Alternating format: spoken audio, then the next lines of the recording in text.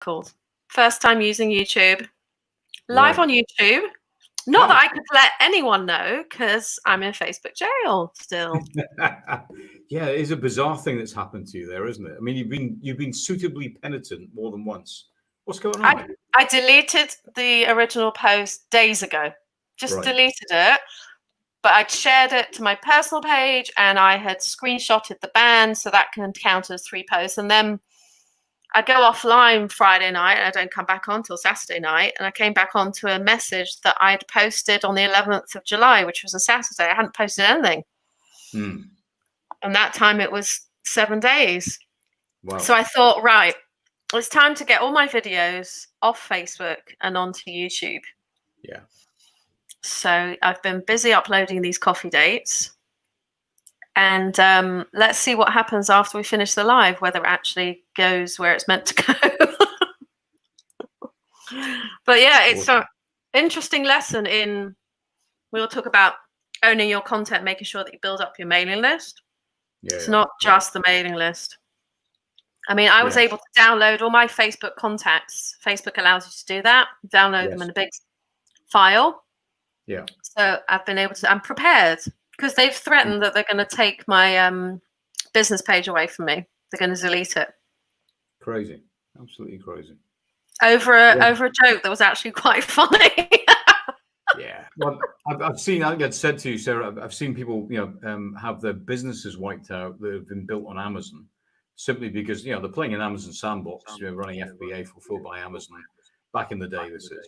And some bot algorithm or was applying a corporate guideline as a rigid rule, misapplying it, and literally you're shutting them down for something that's in line with what Amazon are trying to promote. So, and Facebook's no different. It's just a corporate at the end of the day, isn't it, where that happens? Oh my God. Makes you understand how vulnerable you are, doesn't it, when you're on one platform or playing in somebody else's sandbox? Very much. Yeah, and it's also shown me, like, I'm quite disciplined with social media. I have rules for myself. Like, I put that feed blocker on Chrome, and I've put a time limit on Instagram. Instagram tells me if I spend more than half an hour. Right. Nice. But still, what I've started doing now is using Trello a lot more every time I have a content idea. Because I'd realize that very often what I'd do is I'd have an idea, even if it's just a question, I would just go post it. So now I can't. I've stuck it on Trello instead. And I'm building up a whole content calendar. I've got all things to say for when I'm allowed to say them. Yeah. Nice. Yeah, it's an interesting thing, isn't it? But it's one of the things we're very mindful of at Success Engineers is just having a separate, a platform independent relationship. You're talking about mailing lists and owning your assets and all that sort of stuff. Just getting it right. One thing we do, just picking up on what you said about Facebook downloads, is once a month we update the download of everything from my wall, from the business page. From the groups, just download the whole lot. Interactions, contacts. I have a scraper that I use to get even just our all of our content contacts, if you like, and various groups that I use just to keep a record of all of that in case it all goes pear-shaped. Because you never know. Yeah, and it was pretty. I mean, Facebook tend to bury everything, so they make everything really difficult to find. But this was actually pretty easy. And I also took screenshots of my reviews because I've copied most of the text, but I actually really wanted to have the screenshots with the person's name on and the profile picture and everything. So I'm good to go. I'm ready for the worst, hoping for the best. Good for you. Good for you. Good philosophy. Good philosophy. So eventually, when I can post this to Facebook and people can watch it, they'll want to know who you are. So let's introduce you. Okay. What to share? Okay. Okay. So I almost have, and people in the UK will get this. I almost have my bus pass. So I turn 60 next year. And I'm a former, I think it would be fair to say, chartered engineer, electrical and electronics from way back, that fell off the tools and into management, and then went, I don't like this corporate bollocks too much. I didn't like the politics and the players and all that sort of stuff. I liked some aspects of it. The structure was good. So I kind of want a bit of self-determination, found that I had a penchant for troubleshooting, for finding out where the actual root cause problems were, or the root problems were with an issue, instead of running around and dancing in circles, trying to assuage people's feelings and dealing with symptoms. So when I figured out how to, work with people, shall we say, who were difficult, and get to and kind of do the whole herding cats thing and marshal people, and learned that, and understood that most of the time, probably at 85, 90% of the time, processes and mechanics weren't the issue, but people were. Understand how to reconcile and sort all of that out. Then I really learned how to troubleshoot, became a business improvement specialist, got my what was then Six Sigma certification, became a black belt, the guys who know what that is. Did some work with General Electric, GE Aerospace it was actually, and Motorola back in the day, and kind of went global. Just started traveling the world and doing all manner of things. So at the last count, I think 23 countries over God knows how many decades. Lived and worked in, visited about 70 plus now, which is where all the grey hair comes from, pretty much, all the stress of the travel. And just plugged into, well over 1,000 businesses is now, from 5 billion euro turnover and beyond that, actually, to, kitchen table entrepreneurs who are, churning out, barely making 30 or 40 grand a year, in some cases less, and just are brilliant at what they do, but don't understand how to fuse the business of their expertise with their expertise and get the two bits together. Because the happy place, of course, is where they mesh. So just helping businesses do that. And the truth is, Sarah, as you well know, it doesn't matter if it's a global or if it's a tiny, kitchen table business. The principles of being successful in business don't. There are some complexities, if you like, and a lot more moving parts with big businesses, but the principles remain the same. And I think when we leave corporate, for a lot of people who've made that transition, we throw the baby out with the bathwater, because there's a lot of stuff that doesn't work and we don't like. But there's a lot of stuff that does. And equally, and we do this whole, and we've got a mutual friend, God bless her, Shari, who's wonderful, who has this Maverick thing. And we do this whole, Maverick. But we do this, I want to be Maverick, and forget, to be fair to Shari, the solid messages there is have the structure, but also express yourself. And that's great. A lot of people miss the structure bit and just want to express themselves, but there are rules and there are principles that people forget, that you cannot avoid when you're building a business that's going to actually deliver a profit and give you a kind of lifestyle and a life of fulfillment, if you like, that you really want. There has to be strategic direction. Yeah, and I think that's something that's very obvious to you, that people, including myself, like very often bypass, because they're very busy. For me, it was, I want to be a photographer. So I got very busy doing that. I got very busy getting clients. And, years later, I found myself doing one of your, I don't know if it was like a course. It had units. I'm not sure. It wasn't that long ago. It was possibly a year or 2 years ago.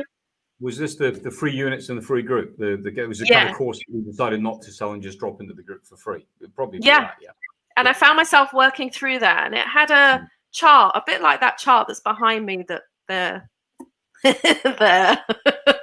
where it's like the building blocks of the business, and you had to decide what. Yeah, it was a pyramid. That's right. And I had to be very honest with myself and say where I was in my business. And this is already, more than 10 years in. So obviously there's some ego there. Of course I'm not down there. And lo and behold, I got very carried away with building up some parts, but I hadn't done the basic groundwork. It was kind of an eye-opener, but it was really sad as well.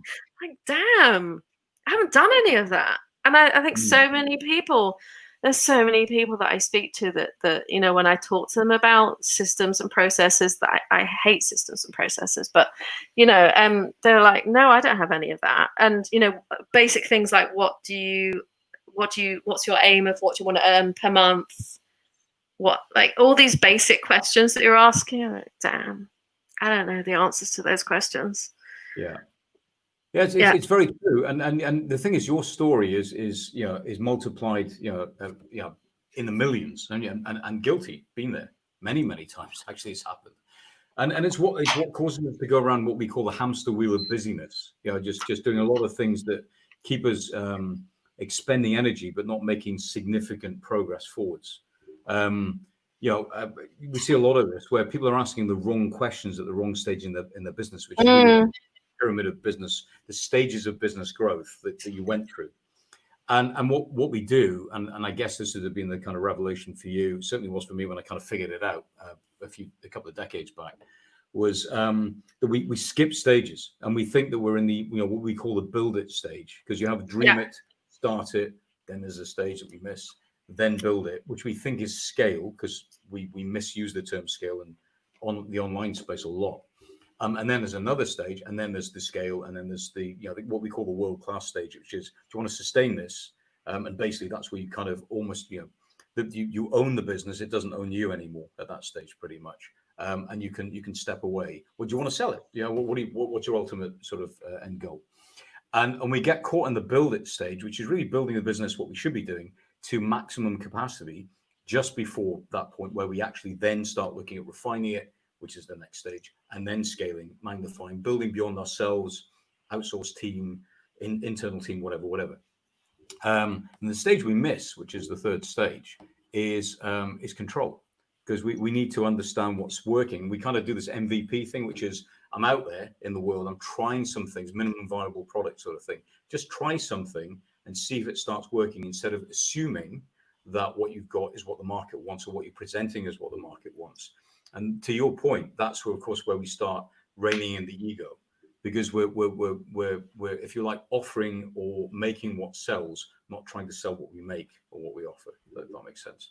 So you put your ego back and just go, okay, well, how do I best? This is really the best question, I think.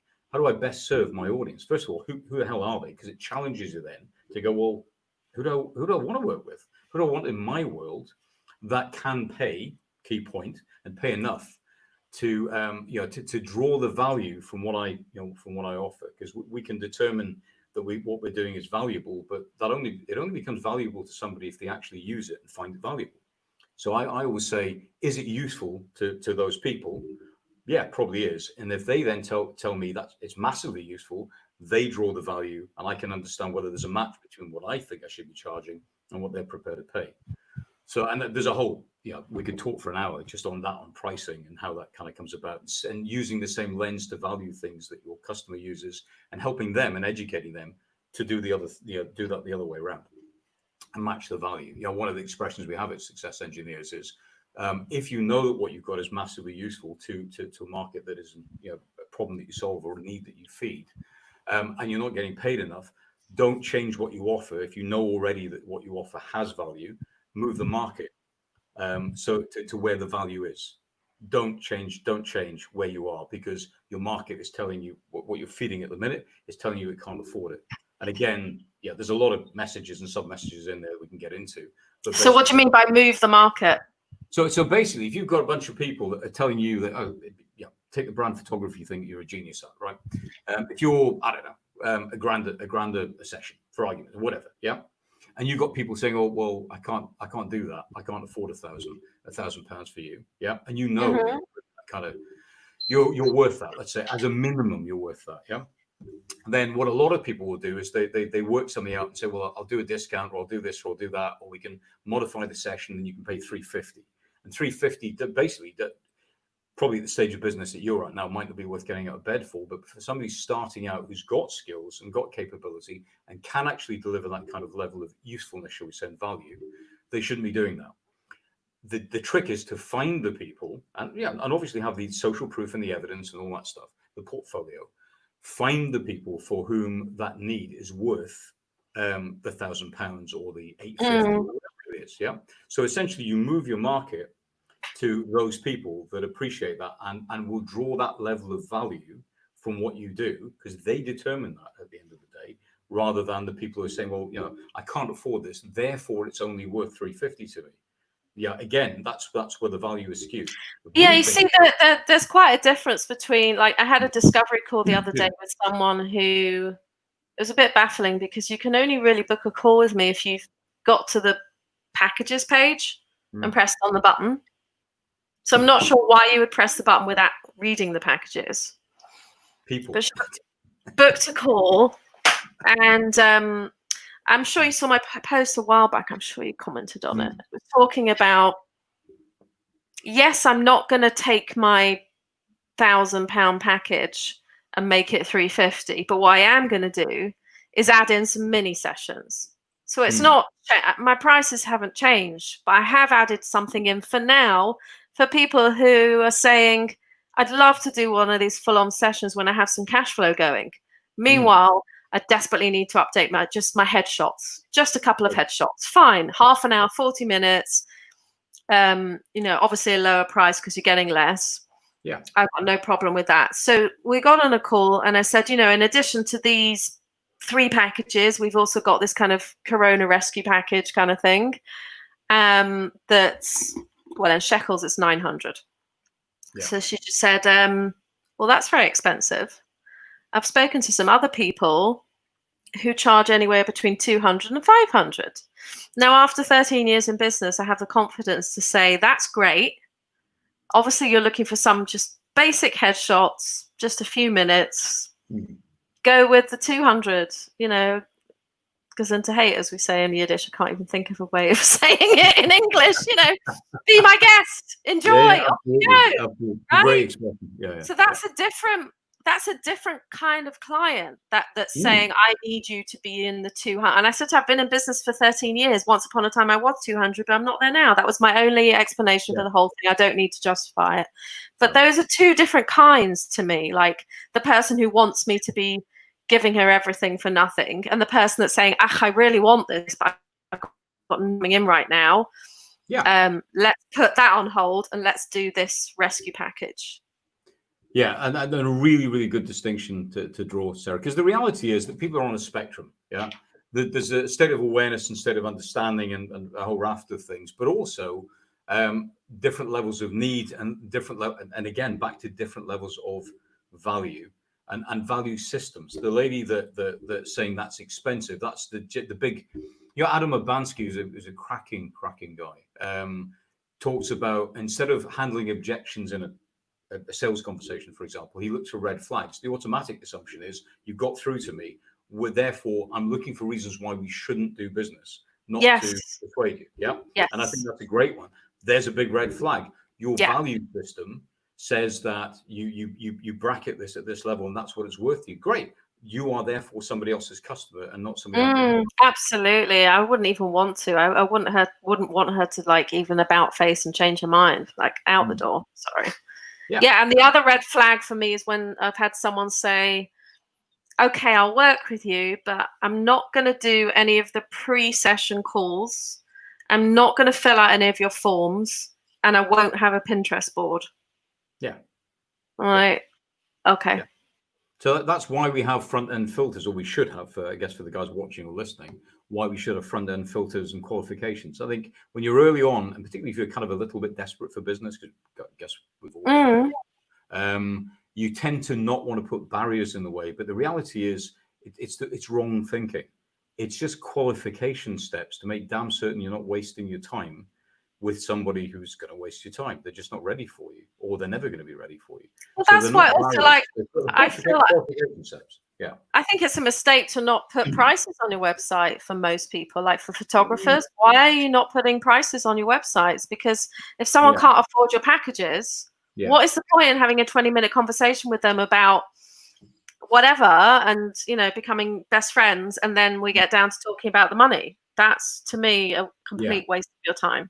I think that's it. That's, people see that as a thorny issue, and there are 2 camps.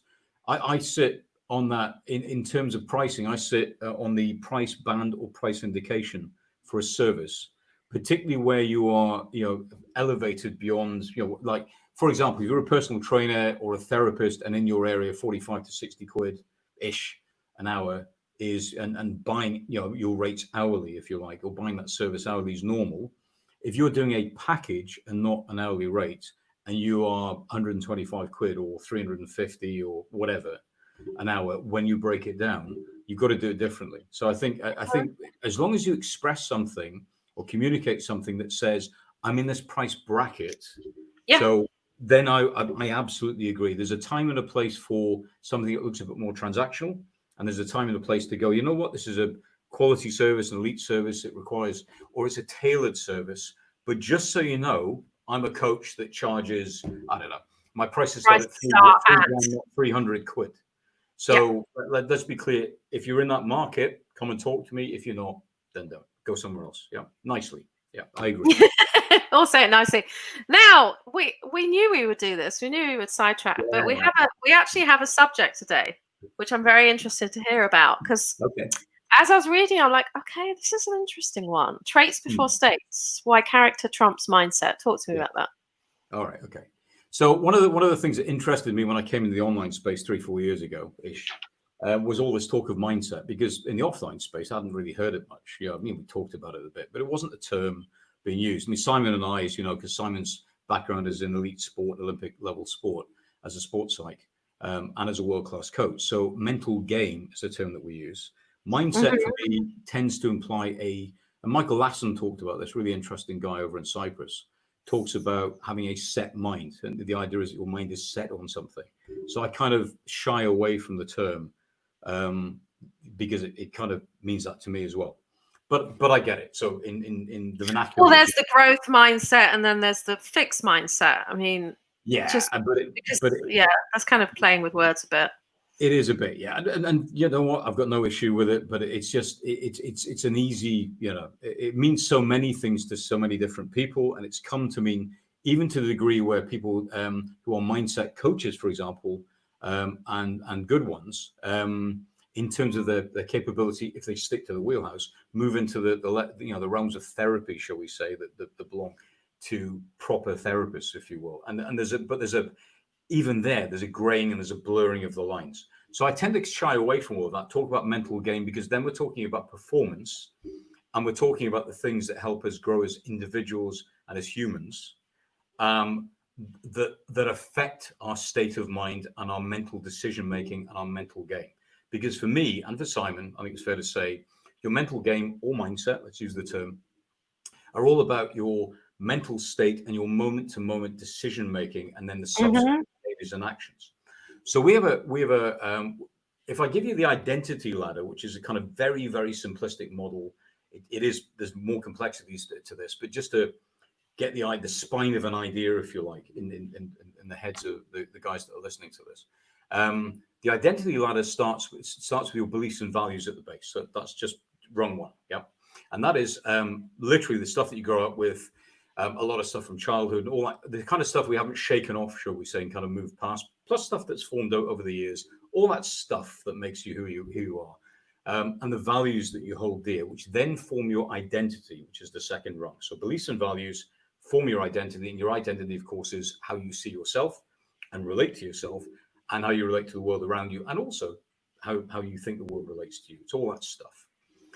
The third rung is your outward expression of your identity is your character.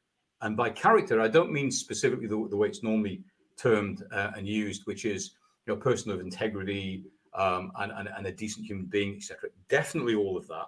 But these are the traits, the characteristics. So things like tenacity and resilience and composure and taking personal responsibility, which are the 4 pillars of mental toughness, and having courage and integrity and all that good stuff. Yeah. So character is the outward expression of our identity, which is based on our beliefs and values. So they're the 3 rungs. Then you get to your in the moment thinking, which is your mental game or your mindset. So it flows. Then you get behaviors, then you get outcomes. So there are 6 stages to this thing, or 6 rungs, if you will. And that's how we see it, if that makes some sense. So that's why we kind of say why I say character before mindset, because the reality is, and here's an expression maybe that might help, and it stimulates some thinking around this and some conversation. Obviously, traits before states, or character traits before mental states, that kind of flows that way. But also in particular, because character is more enduring and mindset is temporary. It's an in the moment thing. We talk about beliefs and values driving behavior, but character driving outcomes the long term. Because if you are, for example, if fear of success, of failure, of being rejected, imposter syndrome, and all that kind of stuff is an issue for you in life and business, the way to tackle that is not to remove the fear, but to have more courage. Because, of course, as we know, courage is the capacity to step into your fear while the fear is present. Courage is not the absence of fear. That's a characteristic. It's not a mental state. It creates the mental state. You don't think, see, I feel like a lot of this, for me personally, a lot of this starts with the way as soon as I was able to shift my thoughts, my feelings began to change. And as soon as my feelings on any given block began to change, then my actions changed, and therefore my results changed. So it all started with thoughts. Right. Thoughts become feelings, feelings become actions, actions become results. Right. So who's to say, and I'm not arguing, because this is a top-down thing as well as a bottom-up thing. Remember, I said it was a simplistic thing. However, because your environment creates that. The environment at the top, the actions, the outcomes, for example, right at the top of the ladder, we reflect on those, or they impact our feelings that generate thoughts. Yeah, not the thoughts first. So there's a complex, or a nest, if you like, of cause and effect here. Yeah, and if you look at CBT, for example, cognitive behavioral therapy, the feelings stimulate the thoughts quite often. Right, but I feel like it's yeah. If you get a handle on those thoughts, because very often we spend so much time in our own heads not paying attention to the thoughts. Yes. So I think the reason why mindset has become such a big thing is because it's a revolutionary idea that I can control my thoughts. I can decide whether I'm going to pay attention to that thought or whether I'm going to say, no, you go and sit in the corner. I'm not listening to you. Right. So let me pick up. I think it's a really powerful point, that. So let me pick up on that. It's not so much controlling the thought. Again, this is a vat. Yeah, controlling is not the best word. Yeah. Yeah, but I get that. But the capacity to view your thoughts like kind of, Simon has a great expression, like leaves blowing. You're sitting on a park bench inside your head, essentially, and your thoughts are just like leaves on the wind that are just blowing past. Yeah. So a bit like, that Forrest Gump, where the CGI leaf kind of early on kind of floats around. Yes. Yeah. That's your thought. It's not you. You are not your thoughts. Getting to that point where you have that awareness, which is really where it starts, I would say, rather than the feeling or the thought, but just that level of awareness begins the process of unraveling and understanding how you separate the feelings and the thoughts, and you begin to get that go through that process of then deciding to be, I call it, a creator of circumstance, not a creature of circumstance. Make sense? So yeah, I mean, there's nothing straight. I'd say it's simple, but it's not straightforward with all of this. And as is always the case with simplicity, it's never easy. Very, very rarely easy. So there are things in this that will be difficult because of the kind of rat's nest, for want of a better term, of stuff that goes on in our hearts and in our heads and in our bodies when we start thinking of things that we step away from, or the resistance that we feel as we step into something we know we should do. But one of the things we talk about a lot of success engineers is that we grow through challenge. Challenge is, and I'm not talking about necessarily adversity, but just challenge, discomfort, things that we elect to do, as well as things that are thrust upon us, because we understand that's where we need to grow, where we need to stretch ourselves as individuals, as business owners, as entrepreneurs, as human beings, and that we want to do that. And not everybody's ready for that at every stage of their life. Yeah, definitely. In my case, it took me a long time to get to that stage. And just to... Well, you have to be able to step back from the challenge and have enough distance from, I think it's Shari comes up in every conversation. I think she says that, I think she quotes Brené Brown, that the wound has to have a scab on it. Yeah, absolutely. And yeah, as you'd expect from Brené, it's a great expression, but it's very true. You have to give yourself, I think, being kind and being gentle with yourself, but also understanding when you let yourself off the hook. Again, back to awareness. What is right for you in this space at this time? And where am I kind of letting myself off the hook? Whilst also understanding, almost paradoxically, that we're always doing the best we can with what we've got, which is why we should never judge ourselves, ever. It's very hard. Like yesterday, I've been given these exercises that I'm supposed to be doing for like the muscle on my outer hip. It's like really tight. So I'm supposed to be foam rolling and I'm supposed to be stretching every day. So I have this conversation in my head. Am I, as you say, letting myself off the hook, or am I going easy on myself? Yeah. You know, is this self-care if I tell myself I'm not going to foam roll? The answer is no, it's not. I'm just being lazy. Couldn't be bothered to go down to the basement and do it. And then I do a little kind of Mel Robbins countdown. Right. All the big names coming up. The old 5-second thing. Yeah. 5 seconds, and I make a decision. If I'm going to do this count, there's no option of getting to 1 and not doing it. So I need to be ready. Count down from 5 to 1, and off I go and foam roll. But I have that conversation now about so many things. I have to check in with myself and say, is this me being kind to myself, or am I just trying to get off the hook from doing something that am I being lazy, basically? So let's. This is a great example. So let's pull this all the way back. So I like the 5-second rule as a bit of a hack, but I'm going to use a very blunt and probably quite awful example to explain, I guess, the difference in my head between the character thing and the more enduring thing, that hack. Yeah. So imagine that you're on one of these kind of 4-inch beams that they have, the balance beams in gyms, in schools and whatever. The kids run across to get the balance, whatever. So I don't know if they still do this, but when I was a kid in the gymnast, it was on one of those things. So it's on the ground, and it's suggested that you run across this thing, or you're told to. It's on the ground. You've got a fear of heights, by the way, but it's on the ground. Whatever, and you run across it, and it's all cool. Yeah. Then it gets hoisted 100 feet in the air, and you're put on a platform, and you are bricking yourself, and you're told to do the same thing. Most people, of course, in that situation are going to go, not a hope in hell. Yeah.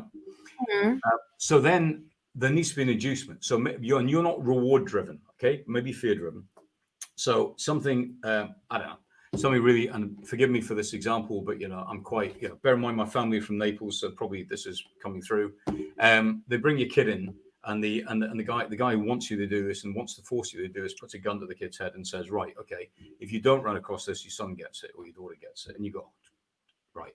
And there is no question, because the fear of what might happen in the external stimulus, the external situation, massively overrides your own personal fear. You're across that beam in a heartbeat. Yep. Then the threat is taken away, and you're asked to do it again, and you've calmed down, or maybe it's a month later or whatever, and you ain't going across, because guess what? The fear hasn't gone. The underlying issue is not there. If you develop courage to handle that in any situation, this needs to be done. Yeah. But I'm fearful of it, but I've got a way now to step into that, which is courage as a characteristic. Then you're just going to do it because it's the thing that you've decided that you're going to do. You don't need a mindset hack. You don't need external stimulus. There's nothing that forces that to happen. It's an internal thing. So that's why we call it. That's habit building, right? Sorry? You wouldn't say that's part of building a habit? A habit's a different thing. And that's again, that's a longer conversation, because we can get into a bit of a mire about discipline. And bear in mind, I'm a Jim, very, very blessed that Jim Rohn mentored me for a while. God rest him. And Jim, one of my favorite books from Jim, Leading an Inspired Life, starts with the value of discipline as a chapter, which enthralled me when I read it and when I talked to him about it. But I'm not a massive fan of discipline as a basic. I mean, I get it, but we have other words at SE for that, because we prefer to look at, to your point about motivation. We talk about the foam roller and the thing that needs to be done. Yes, you want to get to the habit comes not from the discipline. And this was something I kind of went through probably about 3 years ago. We did an event in Warsaw, here, where I am actually at the minute, our first ever event. And I talked about the discipline getting you to the point where you actually formed the habit. But my thinking kind of changed on that, because Simon said something that I thought was very, very insightful. And I've kind of taken it on board and really seen the truth of it. And that's that you start to get the value from what you're doing so much that it would essentially be foolish and self-sabotaging in some respects to actually just not keep doing it. So you get to that point where you internalize the value and you do it just because that's what you choose to do. Again, we go back to characteristics, and the habit forms rather than having the discipline to get there. Now, there's a time and a place for that, no question. And frankly, there are mindset hacks and there are things you can do in terms of helping your thought process to get there, to bridge, if you like, over the time where these things are forming. But to go back to the motivation and the connection with the value of this thing and the level of fulfillment you get from forming the habit, that's more enduring than something temporary. What you don't want to be doing, for example, in my view, is holding on to a 5-second hack, the 5-second rule from Mel Robbins. Yeah. In the long term, because what you're looking for, I agree. It's not a long-term thing. No. It's something that's helped me. I think it was also her that gave some ideas of, like, it was basically like helping people out of a funk. For me, you know, going through like depression and anxiety, she gives all these ideas, and they don't all work for everyone. So one of the things she said, you know, just a general life skill, was to make sure before you go to bed that your kitchen is complete, like all the surfaces are clean and the sinks are empty. For me, that was an absolutely impossible mountain to climb. There was no way I could possibly do that. Right. So then I found this thing that about the 5-second rule, and I thought, okay, I could apply that to getting myself out of bed in the morning. I could make myself a promise that when I get to 1, my feet will be on the floor. And then I had to do it again for getting into the bathroom and picking up my toothbrush. So these things now have, let's call them whatever we want. They're part of my routine. They're a habit. They're whatever. You know, they got me back on track though. So yeah, it's more of a short-term thing. Yeah. Sure. But, again, whatever works. You know, if you read, Simon's got a couple of books on this, and How to Develop Character is a particularly good read. James Clear's Atomic Habits. I think if there's a book anybody should read, you know, apart from particularly the How to Develop Character, which I think helps us really understand how character is formed and the value of it. They're getting to the habits bit, and particularly getting an understanding of how we form habits and the value of habits. Then Atomic Habits is a great read.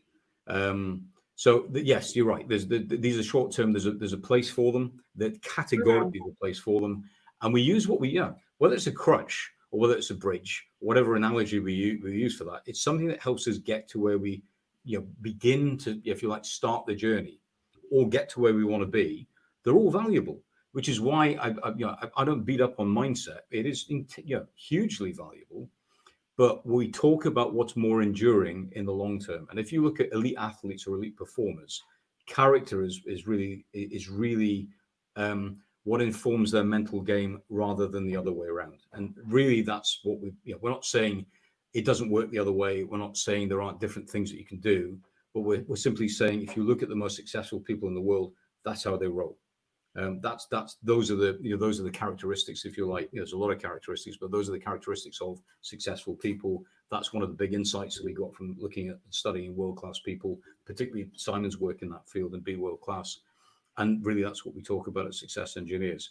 But everything that works for somebody works, and we should never discount that.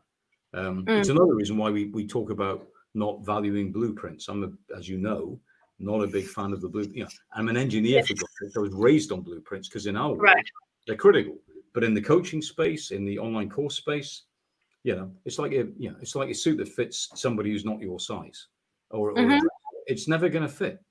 You have to tailor it. So how do you do that? Principles, not somebody else's way of doing something. You can learn from that, but it's not your way. Never. And you'll know this from your own journey. You've been 10 years plus in business. You found a way to do business your way, not somebody else's way. Absolutely. Yes. So I wanted to ask you a couple of just like really random questions. Yeah. How do you feel about that? Fine. I'm of an age where I really I'll talk about anything. I really don't care anymore. So fire away whatever you want to ask me.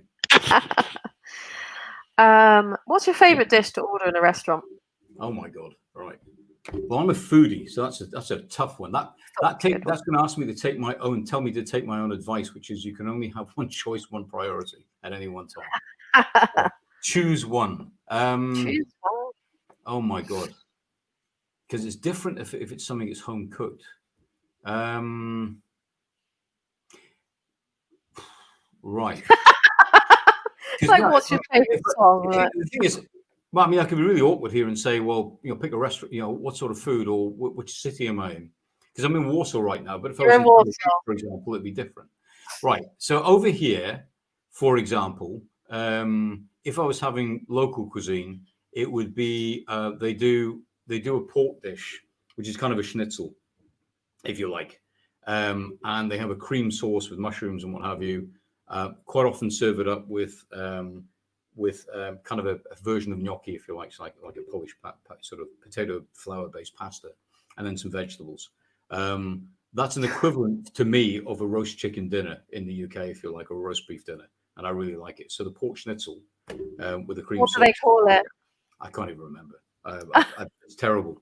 The other one I really like, but it's very indulgent, is golonka, which is pork knuckle, which I really, really like. Because pork's the kind of national meat here, which I really, really like. God. Yeah, sorry. Yeah, but it is. Yeah, I did that's a ask. big. In Italy, it would be different. It would be very, very different. And I'm a huge pasta fan, actually. So almost any form of pasta, or we have a family recipe which is timbal, which is a kind of macaroni pie, which is macaroni and various other things in the sugo, the sauce, in a short crust pastry dish. Would you believe? It's an actual pie baked in the oven. That's an old family recipe. I gorge myself on that when we make that. And yeah, if it was in Japan, it'd be noodle based. I'm really bad. Sorry, you asked me for one bit. Yeah. I'm a big foodie. I'm a big foodie. So yeah, but generally, I am a meat eater, and chicken and pork are probably my two favorite meats. So it would be something like that. We definitely couldn't eat out together in a restaurant. No. Well, and I have many friends who are, my best friend actually, God bless him, is a Jerusalem Jew, way many decades back. And yes, it's been interesting when we've gone out for meals. I tell you, yeah. Falafel. He's proper kosher. He is, yeah. I'm ordering prawns and shellfish left, right, and center, and he's freaking out. Yeah. All right, my second question is, if you could send a message to yourself 20 years ago, what would you tell the younger you? Oh, I bet lots of people have been thinking about this recently. It's a brilliant question. I have so many things. Yeah. I would say it's all going to be okay. Don't worry. Oh, that's so nice. I want to hear that. Very, very fearful kid. And it took me a long time to get to the point where I realized that fear was, in all its forms, was a destructive force and also was unnecessary. So things like worry and anxiety, and fear of success and fear of failure. And, as Neil Donald Walsh says in Conversations with God, it's the opposite of love. It's the other end of the spectrum. Yes, absolutely. And it's not where we need it to be. So, and it's in your mind. It's not real. All that good stuff. It would be understand that and start working towards internalizing that, because of course understanding it and knowing it and actually living it are very, very different things. So that would be my message to my younger self. I like that. That's very beautiful. I'm posting a link here to Dino on Facebook. If people find you on Facebook, is there a link there to Success Engineers? Yeah, that... Yes, there is. I got my butt kicked about 3 or 4 months ago about not having, the banner was an inspirational Bruce Lee quote, which I loved, so I put it up, and somebody commented that it didn't tell people how to actually engage with me or get into Success Engineers.